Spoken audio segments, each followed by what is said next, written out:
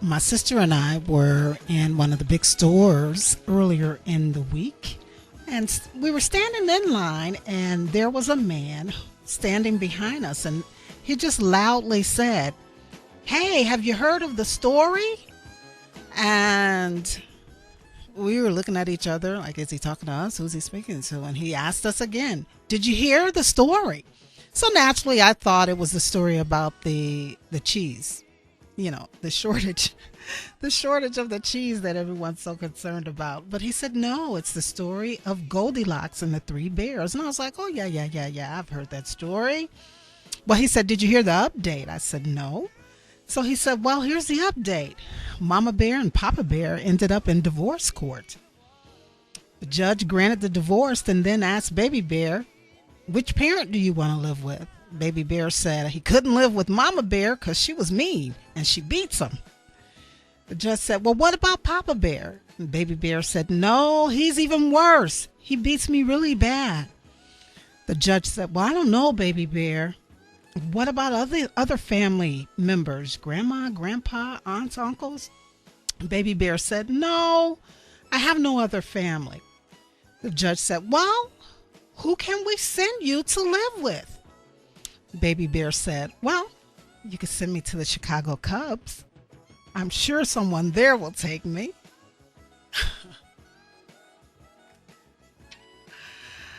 Okay. Well, I cracked myself up. I kind of chuckled when he said that, but I still had two burning questions for the storyteller. The first question I had was, why not send Baby Bear to the Chicago Bears? Aren't they more mature than the Cubs? And then the second question was, well, what happened to Goldilocks? Where does she fit in all of this? Was Goldilocks the judge? Or was she the reason that Mama Bear and Papa Bear got a divorce in the first place? Okay. Applause. All right, welcome to the show, everybody. Welcome to another Saturday with Marilyn's Cafe Society radio show. Our new time, 1 o'clock till 3 o'clock, and we do have some guests who will be stopping by this first hour of the show just to kind of give us some important information and share some tips. Second hour, as we always do, will be entertainment news. Although, I take that back. Due to the confusion with the new show time, I did have to reschedule one of those interviews that was supposed to happen this first hour. So the first part of hour number 2 of the show, we'll be hearing from him. So you want to stay close to your radio and maybe take out paper and pen and take some notes because we'll be sharing some important information. You may need your calendar too to adjust some things in your schedule. In the in between time, of course, we will be looking at some top news stories, sharing more information. Boy, we said last Saturday it was award season, and we didn't get to really talk about all of the awards and what's going on with them. So we'll take a closer look at that. I also have to make a correction in the entertainment hour with the announcement that I made, and you want to stay close to that as well. All right. Well, again, welcome aboard. We'll try to take to Twitter at some point before we get out of here today, as well as Facebook. Remember, it's Maryland's Cafe Soch on Twitter. And Facebook, it's Maryland's Cafe Society. And, of course, you're tuned in to 1340 WJOL on your radio dial. We stream live via the internet at WJOL.com. And you can check us out at IamMaryland.com.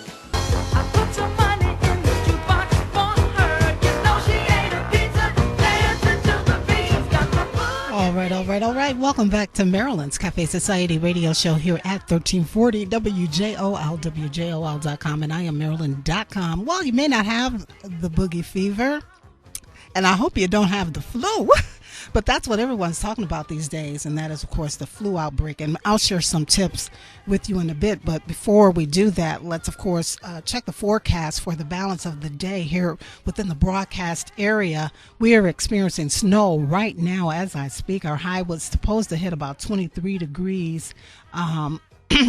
It's anticipated that we'll get as much as 3 inches of snow tonight. Clouds will stay with us. Our temperatures will fall to about 10 degrees. Tomorrow we'll wake up to some sun, high near 35. And it looks like for the rest of the week we will hover around the 30-degree mark. With a couple of days in the single digits for daily highs. So, yeah, we're experiencing winter, everybody, all right?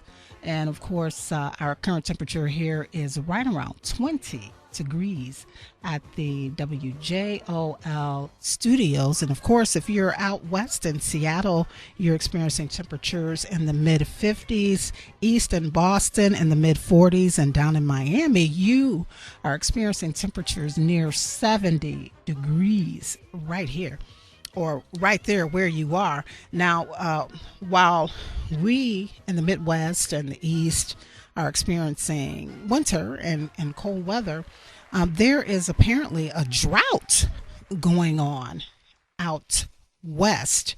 In fact, the governor of California, Jerry Brown, formally proclaimed a drought this past Friday, saying California is in the midst of perhaps its worst dry spell in a century. And he made the announcement in San Francisco amid increasing pressure from lawmakers and as firefighters battle flare-ups in a Southern California wildfire that chased thousands of people from their homes. So, it's just so interesting about this weather. Also, I was reminded via an email, those of you who may have checked out the YouTube channel, Marilyn's Cafe Society, may have noticed a video of penguins there. Well, the backstory to that video is that,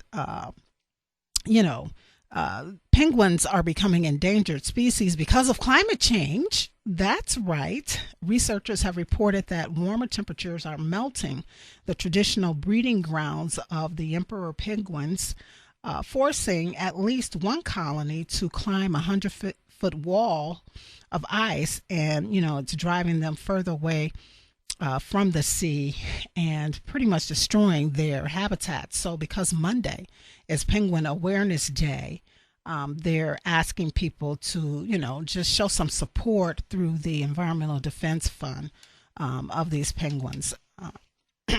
And, they're attributing some of this to human beings and our behaviors in terms of the pumping of millions of tons of climate pollution into the atmosphere, which, some of these scientists are suggesting that has a lot to do with climate change as well. So anyway, you might want to check that out. You can go to my YouTube channel, Marilyn's Cafe Society, and then, of course, click there and do whatever it is your heart desires for the penguins. And we're going to talk about some other important life forms a bit later on in this hour. But before we go there, I do want to remind local folks within the broadcast that the Illinois Department of Transportation will be closing the Jackson Street Bridge over the Des Plaines River starting on Monday, January 20th through Friday, January 24th. So all of next week, the Jackson Street Bridge will be closed. They will post a detour for eastbound traffic utilizing Broadway Street, Ruby Street, Chicago Street, and Ottawa Street.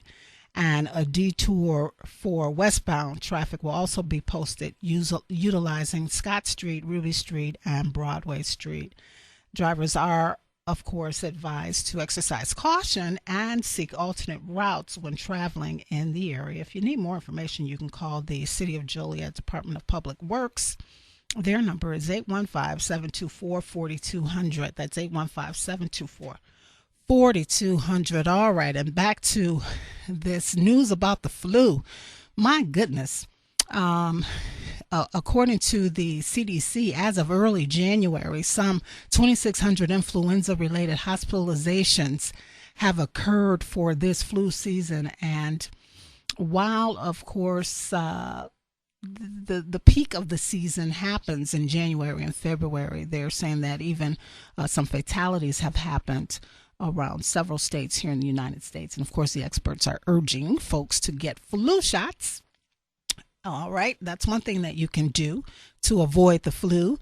Another thing you could do is just practice proper hygiene. Keep your hands washed with soap and water or an alcohol-based cleanser after you go to the bathroom, after you cough, after you sneeze, and especially if you're out in the public using public, facilities. It's always good to keep your hands washed. By the way, that's one of the big topics for the show today. Do you prefer the antibacterial wipes or gel? I'd like to know that. And if I can get to Facebook and Twitter real quick, I'll put it out there and hopefully get some comments. Wipes or gels? What do you prefer? Whichever you prefer, keep them with you so that you can keep your hands clean, everybody, and germ-free. All right, another thing you can do is avoid touching your phone too often in between washes. Your phone is a magnet for germs, especially if it's touch screen. So keep disinfectant with you and disinfect your phone every once in a while, okay? Also, learn how to recognize the symptoms if you're catching the flu. Some of the common symptoms are, of course, a cough, a fever, not the boogie fever, but a fever, sore throat, headache, fatigue, and muscle pains. If you think you're coming down with the flu, see your doctor immediately. All right. And then, of course, do your research, find out, where the epidemic is, especially if you travel. What parts of the country is it worse? You might want to avoid those areas and so forth. And then, as a former educator, and all the teachers know, stay C'd up. That means increase or supplement your intake of vitamin C. That really helps keep your immune system built up and helps you fight off those kind of things. All right. So those are some things that you should know to protect yourself against the flu. All right. Okay. Other important news I want to touch on, of course, is the fact that we finally have a budget. That's right. After last fall's bitter bipartisan debt ceiling and government shutdown fights, a sense of fiscal fatigue seems to be setting in among many Washington policymakers. And so we have a budget deal that was negotiated this month that was given final approval on Thursday in Congress and signed by President Barack Obama on yesterday. And of course, all of this camaraderie is helping to temper partisan rhetoric in the short term as attention in Washington now shifts to the approaching midterm elections. And speaking of budgets and government, quick note to Illinois residents. The Illinois revenue officials say that residents in Illinois will not be able to file their 2013 income taxes until the end of January, which is a 2-week delay. Now, of course, the Springfield State Journal-Register newspaper reports the delay follows a similar federal postponement and refunds, and the April 15th filing deadlines are not affected. The IRS services delaying the start of the tax filing season because of last year's government shutdown that furloughed workers who were programming and testing tax processing systems. Now, state and federal returns can be filed starting January 31st. And employers now have until, they've always had until January 31st to give employees their W-2 forms. So nothing has changed about that. That deadline is still in place. The only difference is, some employers are real quick about getting W-2s to their employees. And so folks were able to file as early as now their taxes, but now it's reported that they won't be able to do it until the end of this month in January. That's here in the state of Illinois. If you're tuned in and listening somewhere else, you might want to check your own state to find out what's happening in that regard. All right, a quick update on Governor Chris Christie. It seems like, or it's reported that top staffers are among 20 people and organizations that have been subpoenaed in a widening traffic jam scandal that has, of course, shaken his administration. Now, Governor Christie's chief of staff, chief counsel, and top communications aides are among those to receive the subpoenas. And, of course, Governor Christie, his campaign, Christie for Governor, was also subpoenaed, but Governor Christie himself has not been. And so that might be some good news for him, right? All right.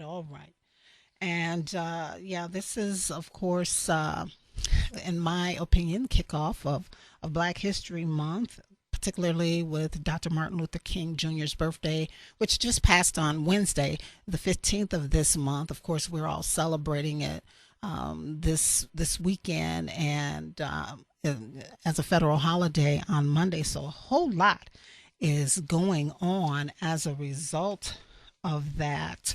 We'll talk a little bit more about Dr. King and just kind of give you some updates. I ran across a startling story. Oh my gosh, almost, brought me to tears to read this story. And then on top of that, I was able to pre-screen a documentary, a docu-epic film that is coming back by popular demand to one of the film centers here in the Chicagoland area. I got to pre-screen it, and boy, was I boohooing as that film was playing. And so we'll talk about that and so much more. Keep your radio set right where you got it. It's 1340 WJOL, WJOL.com, and I am Marilyn.com. So real quick, I want to get back to this article that I was sharing with Reverend Brooks, and again, it was pretty startling.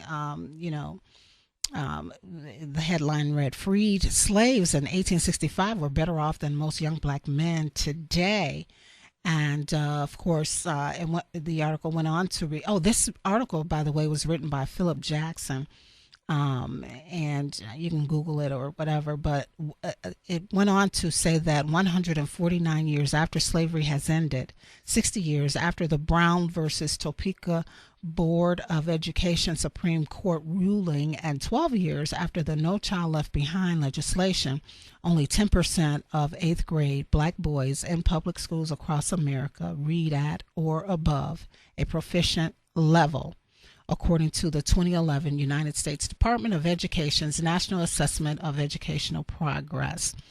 And of course, the failure of black boys in American schools is an unaddressed, undeclared, and uncared about national disaster here in the United States. And so remember at the beginning of the hour when I said that, I posted some video about how penguins are becoming extinct because their natural habitat is being destroyed.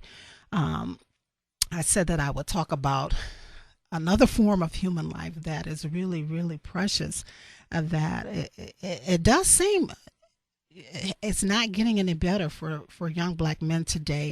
And even now you can add Hispanic young men. And so as I shared earlier, I had an opportunity to pre-screen a popular film, a docu-epic film that was filmed about a year ago. And of course, it's been making its circuit to various festivals and film outlets. And our friends over at the Gene Sisco Film Center out of Chicago did a pre-screening, which I was able to participate in. The film is called American Promise, and it's a documentary that pretty much follows two African American families who happen to have young boys in the family. They follow them from preschool all the way through to their high school graduation. Um, we get to get some peeks into what their home life is like, and their school life, and the struggles and challenges that they face as a family getting these boys through the school system. The school is a private school, I think, in both cases for the first half of their education, and then one of them ends up in a public school. But just so emotional for any parent, African American parent, whether you're a single parent or a husband and wife team. When you see this film, it will just strike a chord because it was just so compelling. You have to see it. It really does drive home some points. It really kind of leaves it up to you in terms of what you walk away with viewing this film. There's no suggestions made either way. Just the parents expressing their concerns, the children talking about how they feel. Just at times gut wrenching, but at the end of the day, they finally do graduate and walk across the stage and receive their high school diplomas, and even get accepted into institutions of higher learning, four-year universities. But to document that painful struggle that many African American families go through with these school systems it's really painful to see. But I don't know. If you want to chime in on this, you certainly can. 815-254-7300 is the number. That's 815-254-7300.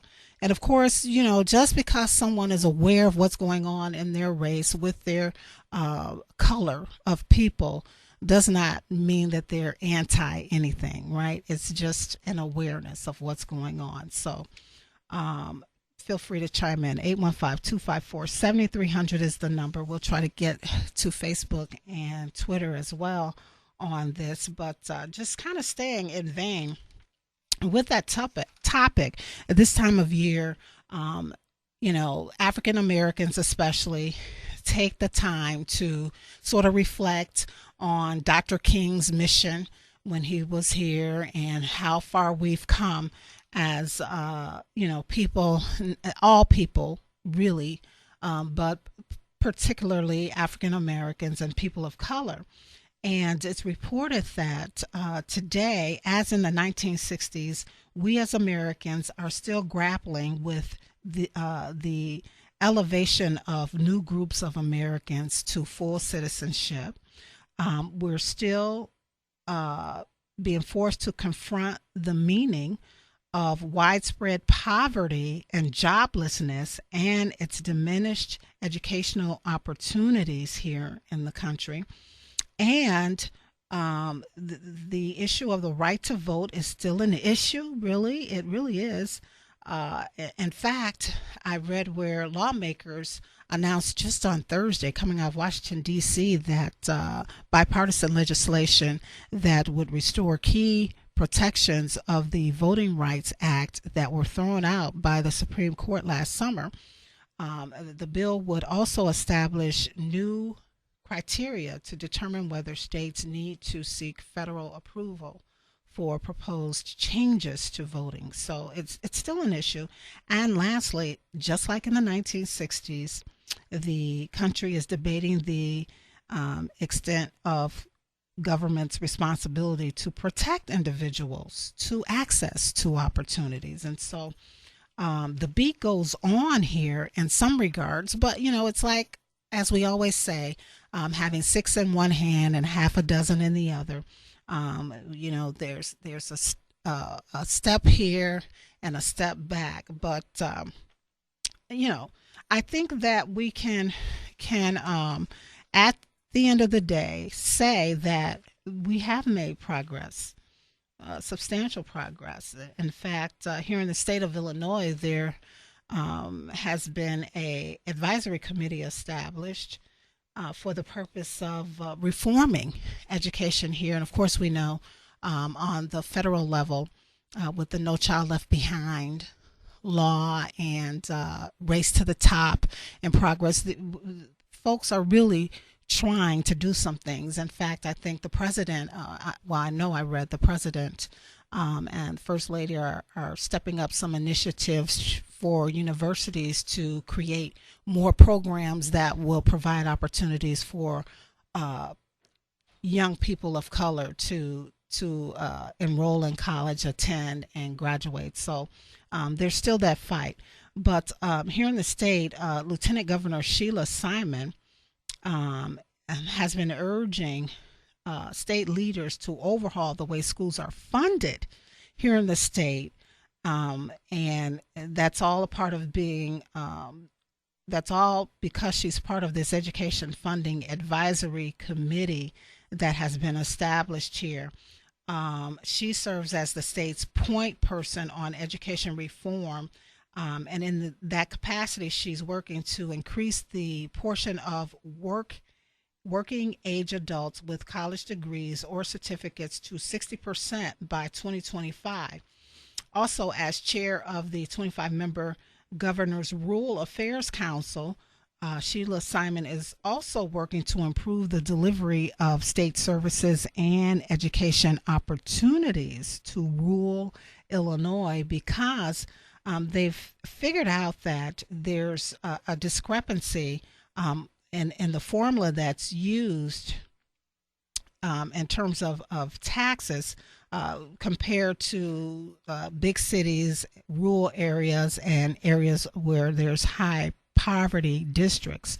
And she's suggesting that the formula should be changed. She's also recommending that there's a cap on the state payments that will offset property taxes and the merging of transportation funds into the primary funding formula. She's also asking the committee to tackle proration, this term called proration, or the way the state handles payments when funding falls short. So there's a lot that's being addressed here.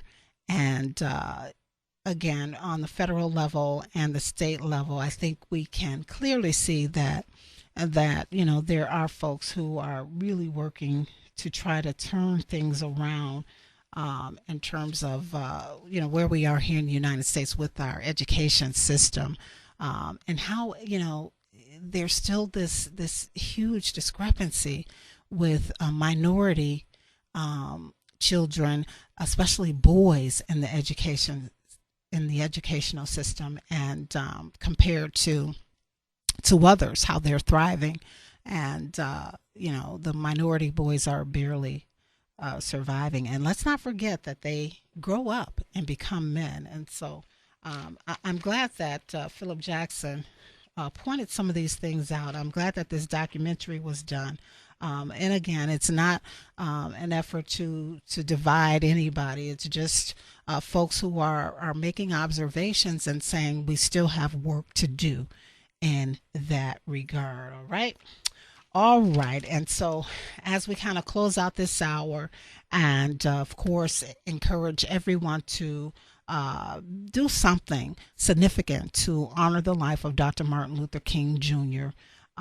This weekend, and certainly on Monday. We do want to remind you that Monday is also the National Day of Service. I told you last week about some things you can do in the city of Chicago that are free, that really get into the core of Dr. King's work.